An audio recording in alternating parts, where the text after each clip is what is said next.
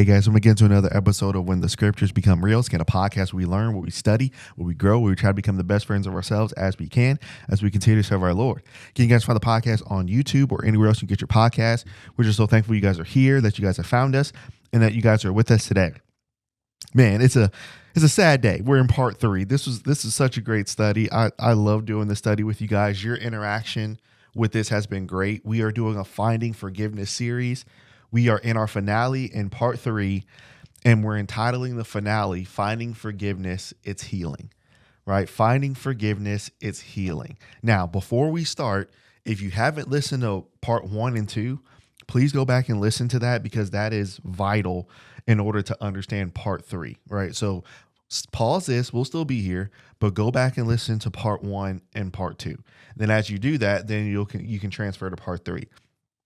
Okay, so as we get started with this, again, like the disclaimer, like we always give in the previous 2, I'm assuming no one else is listening to this. I've been doing this as my own personal study. You may just be happening to listen. Okay, that's my approach, and that's how I've been approaching part 1, part 2, and part 3. Okay, so this is where we're going. So as you're getting prepped, as you're getting ready to study, if you're in the gym, walking, in a group study, in the car, wherever it is, here's where we want to go as we start our convo.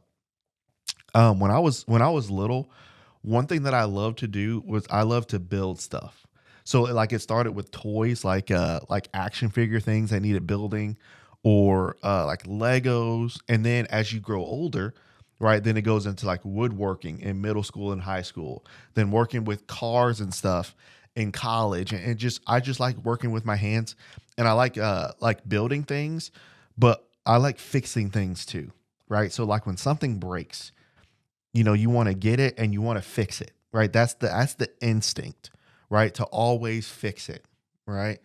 And so with fixing things, the mindset with fixing it is 2 things.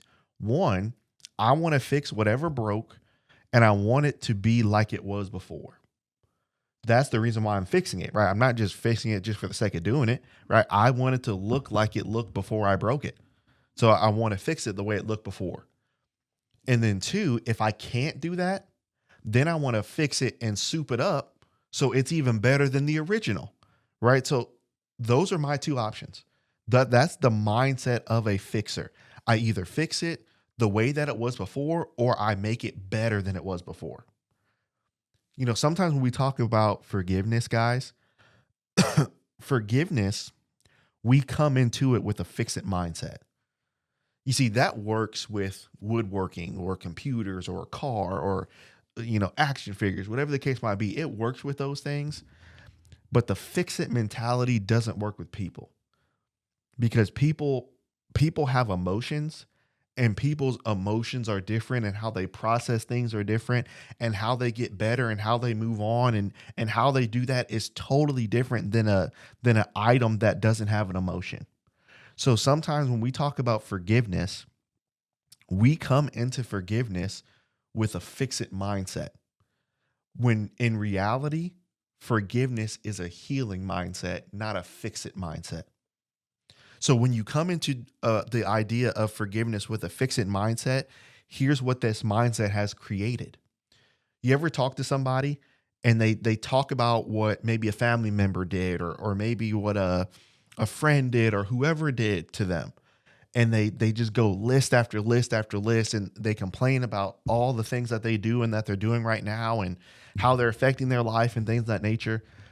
The reason why they're explaining that to you, they're trying to say this without blatantly saying it. When they give you a list of things, they're essentially saying, this can't be fixed. So what happened? It can't be better than it was, and it can't go back to what it was. So therefore, this can't be fixed. So why are you and I having a conversation about forgiveness? You see, that's why this has warped the forgiveness conversation for decades, for generations, because we come into the idea of forgiveness with a fix-it mindset. I either make it better or I make it like it was. Sometimes in situations and in lives of people, things can't work that way. It's about healing, not fixing it. So now, as we study this, guys, and as we be reflective, right, and as we look at ourselves, we want to look at Genesis 33. Okay, so let's go there. There's so much here, man. There's so much here in Genesis 33. But as we dive into this text, again, we meet Jacob and Esau again. Now, remember, just to give you some preview as you're turning there. Remember, Jacob steals the blessing from Esau twice, right? He's deceptive. And as time goes on, this is about a 20-year gap. So now Esau, after 20 years of Jacob stealing his blessing twice, remember the last time that Jacob saw Esau, Esau wanted to kill him for that. So he had to run off to go with Laban for years in Haran. So now as he's doing all this, he hasn't seen his brother in 20 years. So now they meet in Genesis chapter 33. Now, I want you to notice, after they meet, we see in verse 4 that Esau ran to meet him, embraced him, fell on his neck, kissed him, and they wept. I want you to imagine, just so we can make this clear for us, I want you to imagine, we have preconceived notions about things and people, don't we? So, you ever walk in, we've all done this, so let's stop playing, right? We've all done this. You ever walk into a place, regardless of where it is, and you walk in, and maybe you expect them to be there, and maybe you don't expect them to be there, but regardless, they're there. So then you kind of prepped in your mind, okay, if they show up, like, I'll be cool. Like, if they show up, I'll say, like, what's up, and then walk off. Like, or what are they going to do? Are they going to say hi? Are they going to just ignore? So you come, you know what it is, right? That's what you do when you walk into places. So think about what Jacob's thinking. I see Esau with 400 men coming. I put myself before Leah, Rachel, the maidservants, and the kids. I know that this is probably going to be the end of my line today because Esau's got me. So now imagine what Jacob's thinking. This is over. This is over. This is his notion. So then what does Esau do? Esau comes in and embraces him and hugs him and kisses him because he misses his brother. So why does he do that? Right? We're talking about finding forgiveness. It's healing. Why does Esau do that? When Esau, knowing good and well what Jacob did to him, he took something that was not his. Twice. In a deceptive manner, he took something that was not his twice. So now how is Jacob able to do this? How is Esau able to do this? Watch verse 8. Watch verse 8. I want you to see this. Then Esau said, "What do you mean by all this and all this company that I just met?" So why is everybody in your family, why are they all bowing to me? What is this? What do you mean by all this? And he said, "These are to find favor in the sight of my Lord." But then I want you to watch this. Circle, highlight, double highlight, triple highlight, verse 9. So good. But Esau said, "I have enough, my brother." Take a pen, highlight that phrase 4 or 5 times. I have enough, my brother. So what does healing do, right? We're not talking about a fix-it mindset with forgiveness. We're talking about a healing mindset. So what does healing do for an individual? What does healing do? Healing makes you full. Healing makes you full. What did Esau just say? He said, "I have enough, my brother. Keep what you have for yourself." It's a beautiful idea when Esau, again, think about all the things that Esau could have held over Jacob's head. And rightfully so, because Jacob literally did the act. So it's not like there's nothing that Esau couldn't hold over him. But Esau said, "I've had enough. I have enough." Sometimes we don't really understand when we talk about this idea of healing. Sometimes we don't understand what we have around us until it's gone. You think about family, you think about friends, you think about people that you've met along the way. You think about, sometimes you don't understand what you had because in the moment that you had them, you overcharged them. What do you mean you overcharge them? Sometimes in the moment you were thinking so much about yourself that it didn't matter how you treated them. You wanted yours. It didn't matter what you said. You wanted yours. It didn't matter how you moved. You were the one that's right. So I think about a car battery, right? When you overcharge a car battery and you try to give it more than what it can give, it dies. So then when you think about what we do with people in our lives and in times in our lives, what we do is we overcharge them. We want them to give more than what maybe they can give. And because we're thinking so selfishly about ourselves and our needs and what we want and what everybody around us should be giving us, I'm not taking a second to consider a portion of their life. Man, they really have a tough job. Man, they really have a lot on their plate. Man, they really have this going on. Well, I didn't see this behind the scenes. Well, they had all this dealing with, and then I told them to do that on top of this, and I was demanding that they should be this for me, but then I didn't realize the things that they had going on. You see, sometimes you have to sit, and I believe what God does in the way that he controls this world, I think sometimes for God's purpose, a separation among people sometimes has to happen. A separation among people sometimes has to happen. Why? Because I believe in that time of separation, it gives you the reflective time to really look and see how full you actually are. And to realize how full you were when they actually were there too. But sometimes we can't see how full we are when they're here and they're doing things constantly for us, and they're just always there encouraging us, and they're always sacrificing for us, and they're always doing all these things and being kind and all these things. But then the one time they slip up, or the one time that they failed, or the one time they didn't do what we wanted them to do, we overcharge them. You need to give me more. You need to be more of a this for me. You need to be more sacrificial for me. You need to be more. So what are we doing? We're overcharging people that are already full. But in the moment, what are we not realizing? We're not realizing that they've been giving and giving and giving and giving to us, but all we see is the small things that they're not doing. So therefore, in our mind, what do we equate? You're not doing nothing. So then what do? We overcharge. So sometimes, guys, and we have to be reflective when we're talking about this. In moments where most likely you were full, you were asking for more. You were asking for more. And you were asking for more for yourself. But again, like I said in the first part, you have to only look at you when you do this. You see, if you're sitting here listening to this and you're thinking about 4, 5, 6, 7 other people, you're already off the tracks. You already can't even see. Your heart is so hard, you can't even see it. And that's a sad position to be in, that you seriously can't even sit and reflect and say, maybe that was me. You're already in your mind thinking of 5, 6, 7 other people. That's a heart problem. That has nothing to do with what we're even talking about. You can't even receive this yet. So again, if that's the case, I said this in part 1, if that's the case, I would ask you out of love to pause this and not even go farther, because what we're getting ready to look, you can't even take it. You literally can't take it. So think about what Esau said. Think about what Esau wanted from Jacob. When Jacob left, I wanted to kill you. What you did and what you took from me, Jacob, I wanted to kill you, man. But then imagine years go by and there's still wrath and there's still anger and there's still frustration in either silent, subtle ways that only they would understand, or loud, brash ways that everybody does get.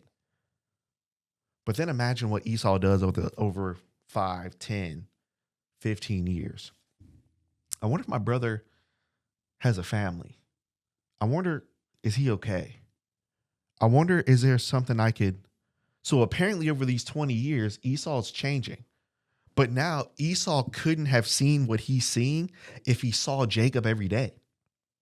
I think sometimes whenever you get a body of people together, and Christians are included in this, whenever you get a body of people together, things happen because of sin. Things happen. So then therefore, sometimes separation needs to happen. Why? So you could truly understand what you actually had when you were together. You were actually full, but somebody wanted more from somebody else. And it was too much to take, and you overcharged them. You were not considering what it was like to be them. You were not considering what it was like to have their plate. You weren't considering the battles that they were facing. You weren't considering what they did to even give you what you got, but you were only looking at their deficiencies, what you are not for me. But what is Esau saying now?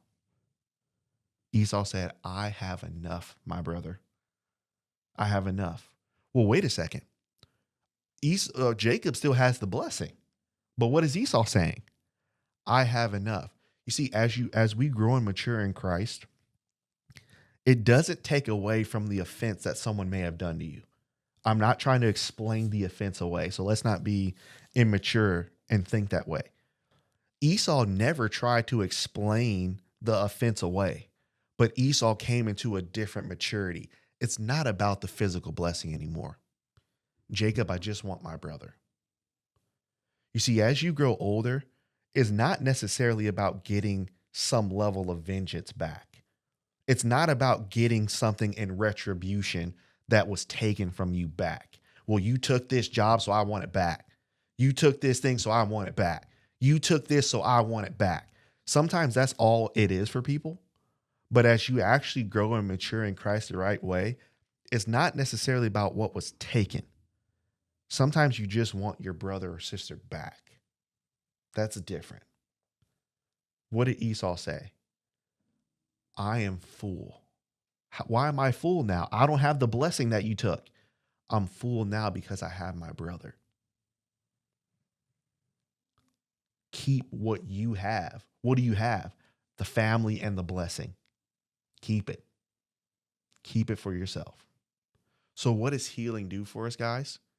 Healing actually makes us full, and realizing how full we probably actually was, but we were overcharging the people in our lives. And isn't it interesting that sometimes we had the audacity to blame other people when we are the ones that were supercharging them? How sad is that?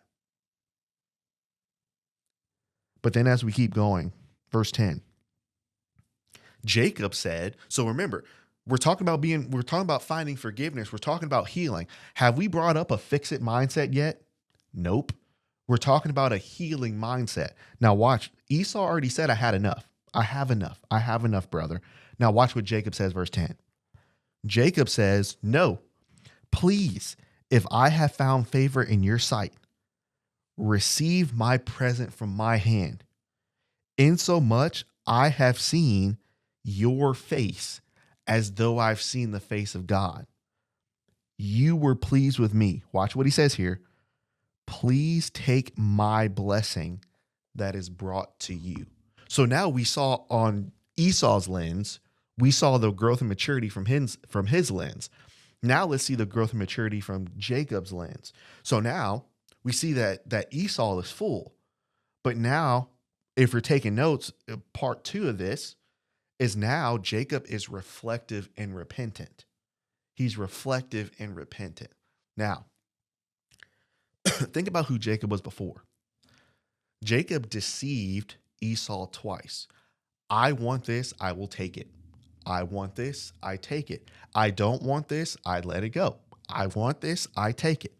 So sometimes we don't realize in most of the relationships in our lives, whether it's familial relationships, whether it's friend relationships, whether it's dating relationships, whether it's Christian relationships, sometimes, guys, you have to be honest and you have to actually ask yourself, have I been the giver or the taker? Well, I mean, I gave a couple things, like I did special stuff. Yeah, but did you only do it on occasion? Or did you only do those things when you wanted something else? Or were you the consistent everyday giver? You see, sometimes we think we're the givers because we did something like twice, or we did something 2 or 3. No, when you give, like, it's a lifestyle. So were we the givers in this, or were we the takers in this? So now what was Jacob? Jacob was a taker. I want the blessing the first time, I take it. I want the blessing the second time, I take it. I want Rachel as my wife. You give me Leah, I'm staying until I get her. I will find a way. I promise you, the way that I could work and the way that I could talk and the way that I could work this life, I promise you I could always get what I want. Now, I may have to wait. I may have to, but I will get what I want every time. Okay. Okay, I'm sure you can. I'm sure you have. And I'm sure you're very good at your job. Jacob was too. But notice what he said. Take my blessing. So he's been so reflective. And notice what he said. Take my blessing that is brought to you. Why? How did Jacob get to this point? Because God has dealt graciously with me. So what is Jacob doing? Jacob is actually looking himself in the mirror and said, look how much I've taken from everybody that I've ever met. Look at how much I've taken. But now what does he say now to Esau? Now you take. I've been taking this. You take, brother. You take it. You see, he's reflective and he's repentant. But in order to get to this point, again, do you think that this could have happened if Jacob and Esau stayed in the same house? You think this could have happened if they saw each other all the time? Again, I think there is a beauty in separation. But sometimes we look at separation as evil. Why? Because of our fix-it theology. So we look at separation as it's almost like we're like Job's friends. If there's separation, then therefore there must be sin. Could there be sin? Yes. Could there not be sin? Yes. So now what we're doing, because we have a fix-it mentality, we're not seeing the work that God is doing when people are separated. And sometimes they can't realize what God has done for them together. Sometimes God has to separate in order for people to realize how gracious God has been. Think about all the separation we see in scripture. Jonah, I want you to go to Nineveh and preach. What does Jonah do? Literally runs the other side. Guess what? He's separated.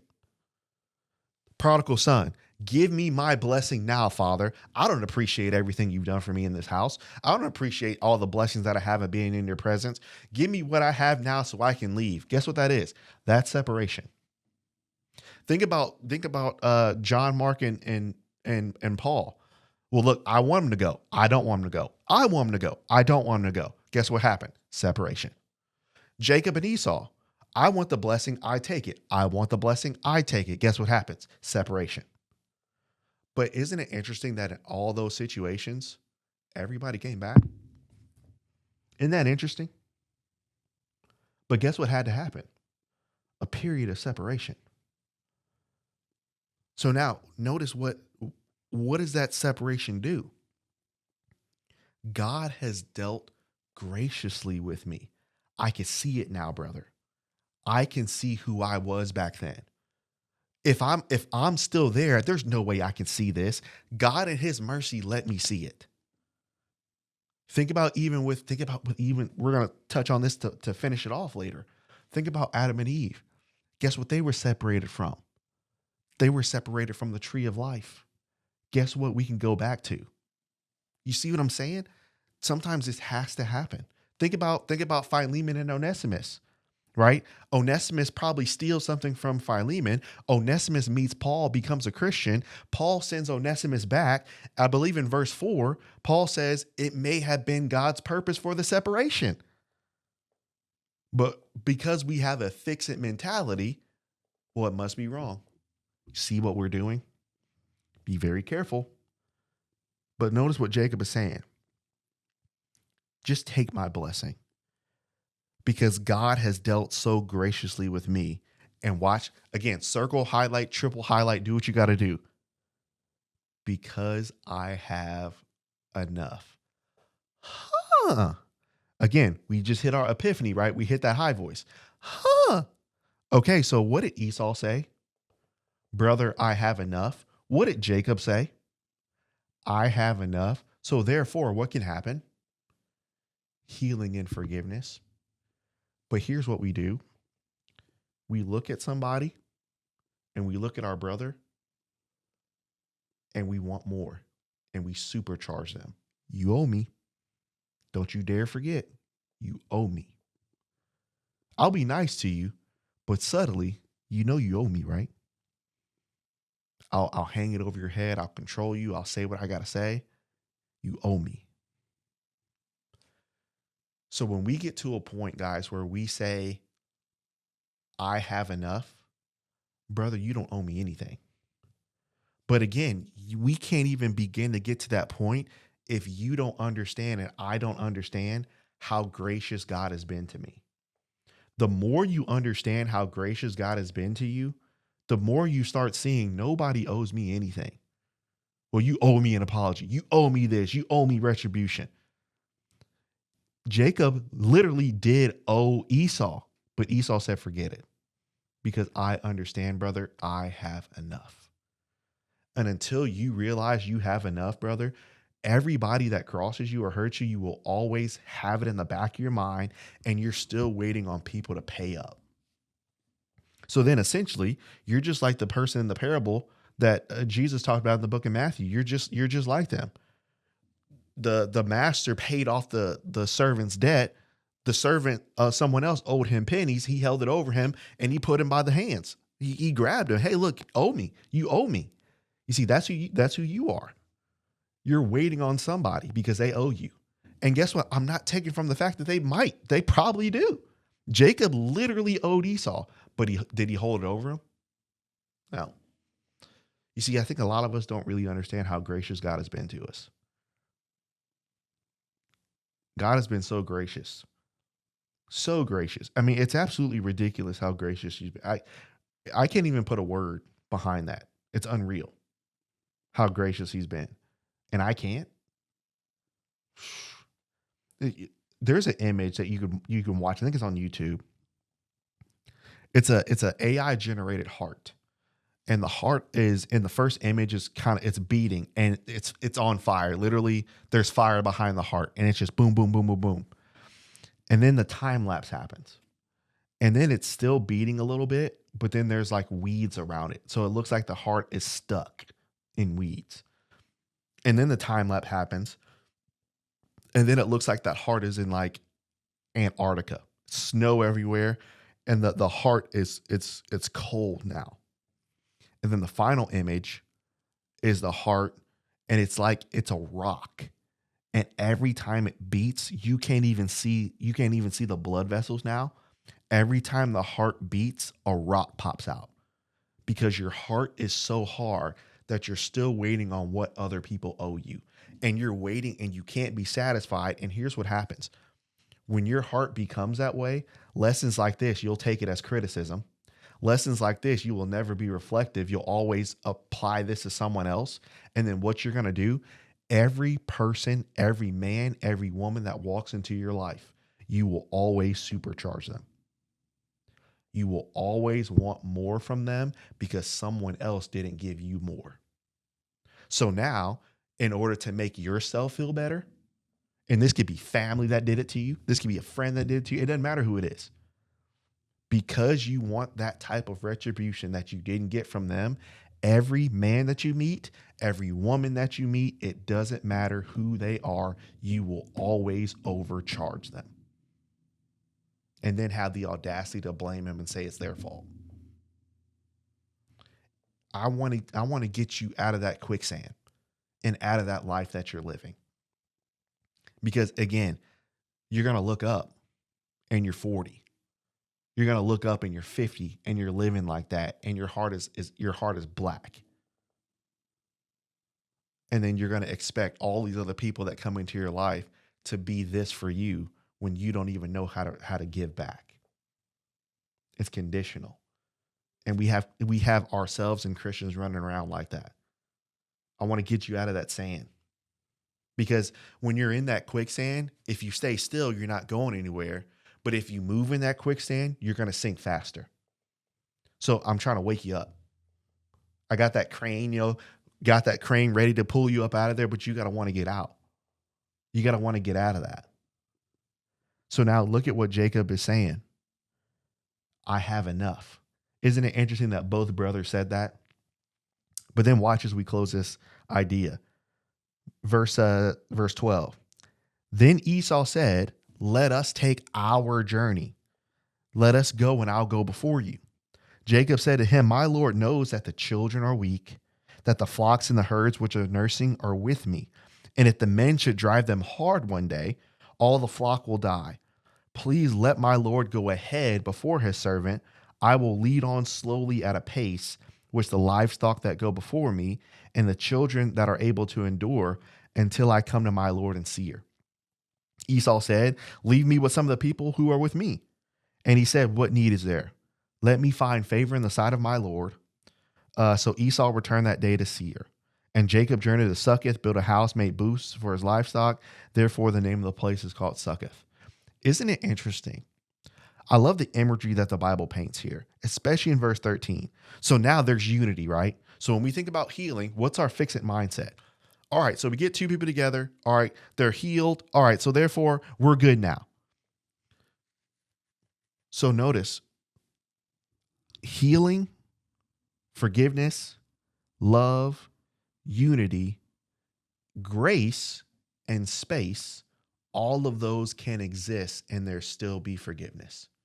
But sometimes what we try to do, we try to it's almost like you try to force something to fit. You remember that kid? Maybe I was that kid. Maybe you were that kid. Remember the kid who tried to put the circle in the triangle?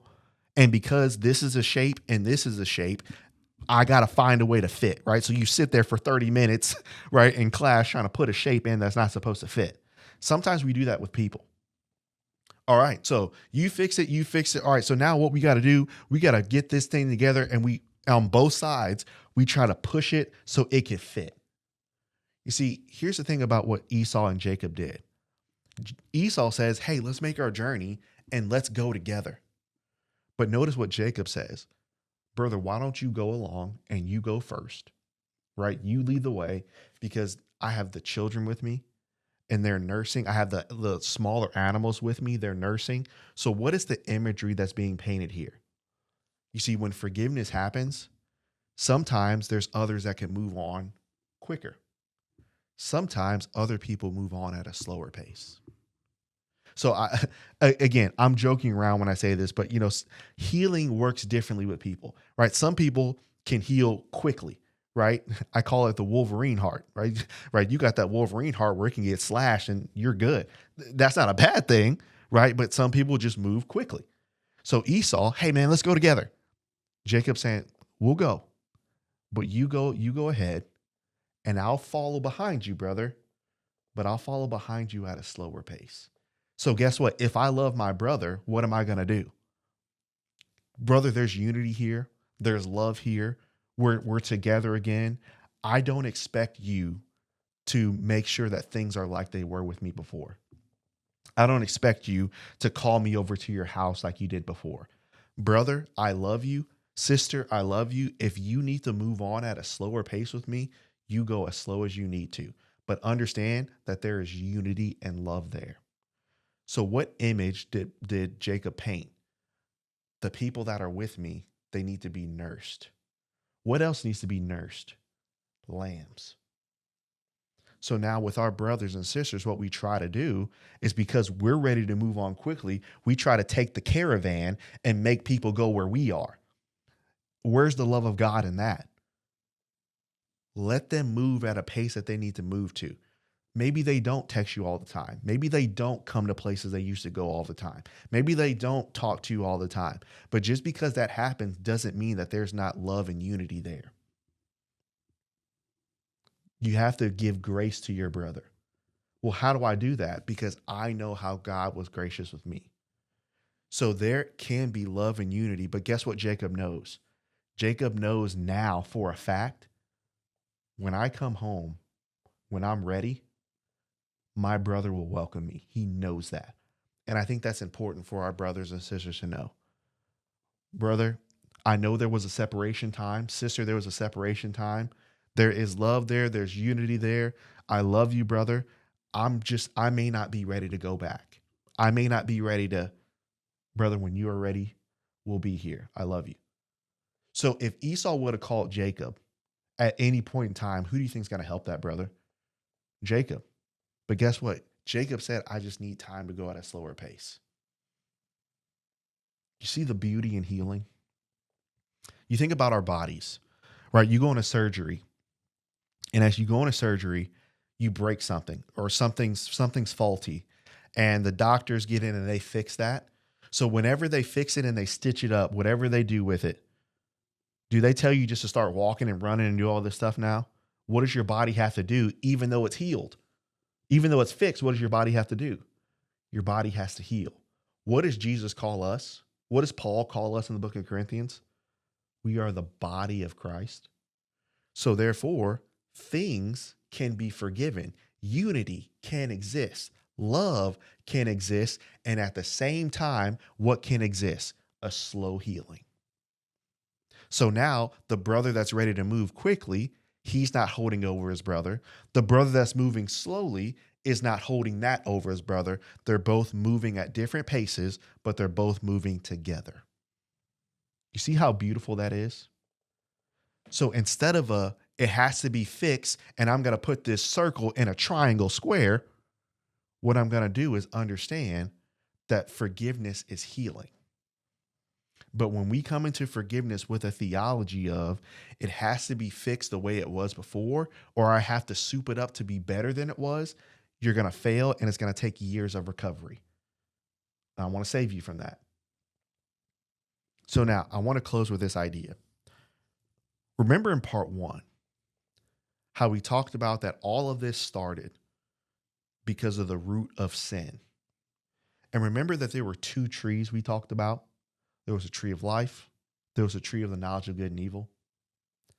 And remember, as they ate of that tree of the knowledge of good and evil, remember in Genesis 3, what did God say? God says, unless they eat of that tree of life, we must kick them out. We have to kick them out. Because what happens if they would have eaten of the tree of life in a state of sin? They would have been in a perpetual state of it. So for mercy's sake, for love's sake, the separation happened. But then because of Jesus and the death of the cross, now there's an opportunity for healing. And now I want you to notice in Revelation chapter 22, verse 14, I want you to notice what Jesus says. Blessed are they which do his commandments, that they might have the right to the tree of life. So a separation between God and man happened in Genesis.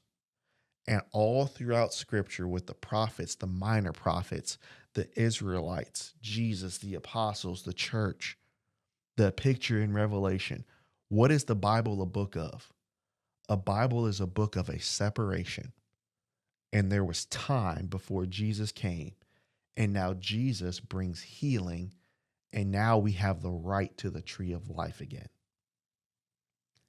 That is a picture of what forgiveness and healing looks like. So now, do you see how, as we've studied this topic, forgiveness can't be a fix-it mindset. It has to be a mindset of healing. And forgiveness and all of that can be there as you heal. It is a beautiful, beautiful thing. But as we look at this, I ask that before you even, if this is what you choose to do, right? If you send this to someone else, before you do that, I pray that you will look at this so honestly that it actually hurts. Because if you're sitting here thinking about, well, man, my daughter could use this. Well, my son needs to listen to this. Oh, well, my sister needs to listen to this. Oh, well, you're already far gone where you need to be. So if you're not reflective and you're not looking and seeing all of this within yourself, you have been the person. Remember how Nathan told David, you're the man? You are the person, you are the woman that has been overcharging everybody that you meet. And I just don't want you to be that person. God doesn't want you to be that person. But you have to be self-reflective and look at this the right way. So I hope that you guys enjoyed this series. I've enjoyed doing this with you. Again, reach out to us. Reach out on social media to us, as you always do, where we can pray together, we can talk together. We just love meeting you guys and studying with you as we walk through the text together. This has been absolutely amazing. So we're looking forward to another podcast.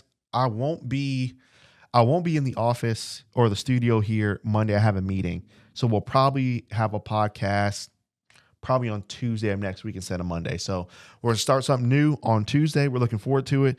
We love you guys. We appreciate you guys. And Lord willing, we will see you guys on Tuesday. Thanks, guys.